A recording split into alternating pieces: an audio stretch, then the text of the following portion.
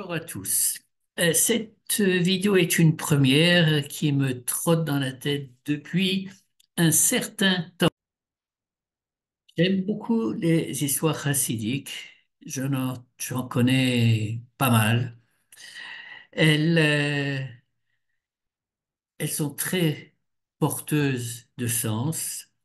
Elles existent souvent dans des versions qui sont légèrement différentes, dans des lieux qui peuvent être différents, avec des sages, des rabbins qui sont pas nécessairement les mêmes, mais je pense que ce n'est pas très important parce que les messages et la beauté de ces histoires est merveilleuse de manière générale. Et ça me fait penser un peu à Rabbi Nachman de Braslav, qui faisait passer une partie de ses Torot, de ses enseignements, par des contes. Oui, les histoires sont souvent beaucoup plus faciles à accepter et à intégrer que des enseignements secs ou mouillés de Torah. Alors, la plupart de ces histoires chassidiques, bien entendu, ont lieu en Europe centrale, en Europe de l'Est. Et je voudrais juste faire un petit retour historique très, très, très, très court pour vous rappeler à quel point les populations juives de ces régions-là étaient pauvres et misérables. Il y a un journaliste qui s'appelle Jack London, qui a écrit un recueil d'articles qui s'appelle Le Juif errant est arrivé, qui raconte ses voyages dans diverses régions dans lesquelles il y avait des populations juives. Et je vais vous lire un tout petit extrait qui illustre cette pauvreté extrême. Et donc l'endroit s'appelle Pushtina. Pushtina, premier nid. Nous avions laissé la voiture. Nous marchions vers des cabanes mal groupées. C'était un camp plutôt qu'un village, pas un étage. Des cabanes, le toit en pente. Des Juifs surgirent, les mains dans leurs manches. Tous avaient l'air de serrer un tuyau de poêle contre leur poitrine. Nous arrêtions-nous. Ils nous entouraient comme si nous avions été un brasero, puis soudain ils se dispersaient, craignant sans doute d'être brûlés. La maison du rabbin, demandons Salomon, nous précédant, mais à distance, ils nous firent signe de les suivre. Un pan du toit de la maison du rabbin était parti au gré du vent. Nous entrâmes dans une étable, deux moutons, deux petits enfants, cinq plus grands portant déjà des papillotes, une femme squelette, un oiseau noir sans cage grelottant sur le dossier d'une chaise. Le rabbin était absent, parti pour la Roumanie, mendier. La misère de Séni est telle que pour mendier, les affamés doivent aller à 100 kilomètres. Sur place, on ne mendie pas. Tout le monde serait un mendiant. Personne n'a un liard de plus que son voisin, lequel n'a rien. C'est la misère égalitaire. Ils vivent d'elle comme d'un héritage ancestral, l'âme sans remords, l'esprit tranquille. La succession ne leur sera pas contestée, le testament d'Israël est légal. Euh, Je rajoute par ailleurs une anecdote personnelle. Nous avions en France une amie qui a fait son alia, mais dont le père était de Pologne et il avait survécu, Baruch Hashem, et il nous a raconté que quand il était enfant, ils étaient huit enfants, il y avait une paire de chaussures pour les huit enfants. Donc en hiver, il n'y avait qu'un enfant à un instant T qui pouvait sortir parce que et il n'avait pas d'argent pour cette autre paire de chaussures, n'est-ce pas? Donc j'arrête là, mais cette introduction est liée à l'histoire chassidique que je voulais vous raconter. Euh, dans cette Europe juive, entre guillemets, il y avait des personnages qu'on appelait des prêcheurs itinérants. Ils allaient de village en village, de communauté en communauté, à Shabbat. Enfin, ils se déplaçaient en dehors de Shabbat, puis ils arrivaient à Shabbat, et à la synagogue, ils donnaient un Dvar Torah, une dracha, Comme ça, ils avaient au moins un repas, enfin pour Shabbat, pour le soir, et pour Shabbat de l'après-midi, Shabbat déjeuner.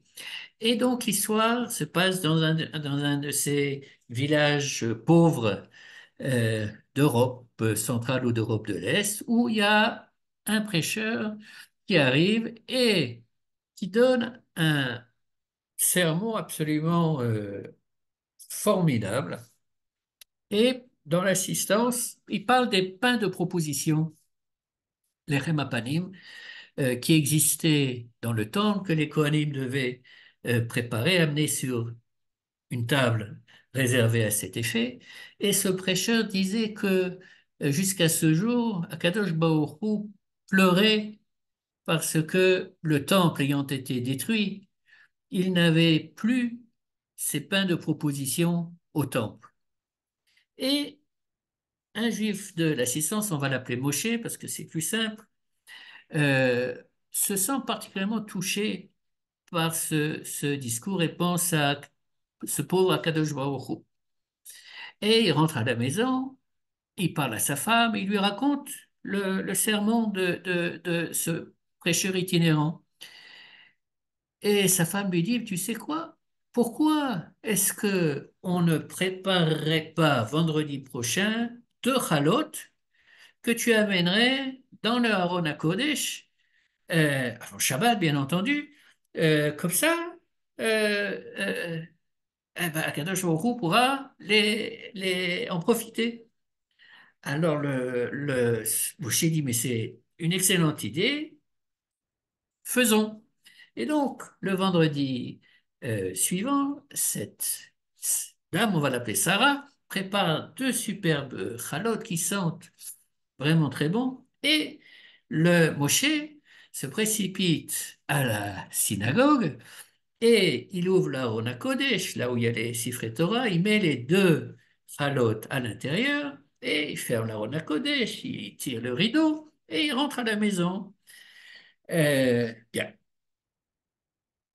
Quelques heures plus tard, peut-être une heure avant Shabbat, un mendiant particulièrement miséreux, oui, qui n'a pas mangé depuis un certain nombre de jours, désespéré, euh, arrive aux environs de la synagogue et il sent une odeur qui est attirante.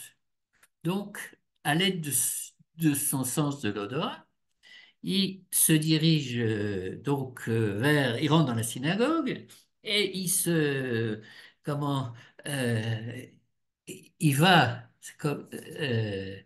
en direction du Arona Kodesh parce que c'est de là que vient l'odeur. Il ouvre l'Arona Kodesh et qu'est-ce qu'il voit?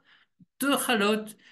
Ah, fantastique! Il prend les deux chalotes, oui, et c'est son repas de Shabbat.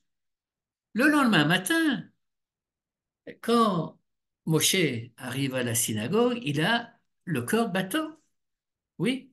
Euh, pour eux, qui sont des juifs pauvres, préparer d'ochalot en plus, c'est pas évident, oui, d'un point de vue financier. Et ils font ça pour amour pour Akadosh Baruch Hu qui pleure parce qu'il n'y a plus ces pains de proposition, les Chemapani. Et ils se demandent qu'est-ce qui est arrivé à ces chalotes.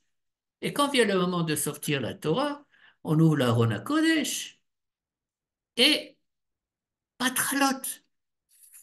Ah, la joie, le bonheur chez Moshe qui ne peut pas s'empêcher de quitter immédiatement la synagogue, d'aller à la maison et dit Sarah, Sarah, Kadosh Baruch Hu a pris nos pains, nos chalotes. Ah, ils ont passé un Shabbat merveilleux et euh, ils ont continué pendant un certain nombre de semaines.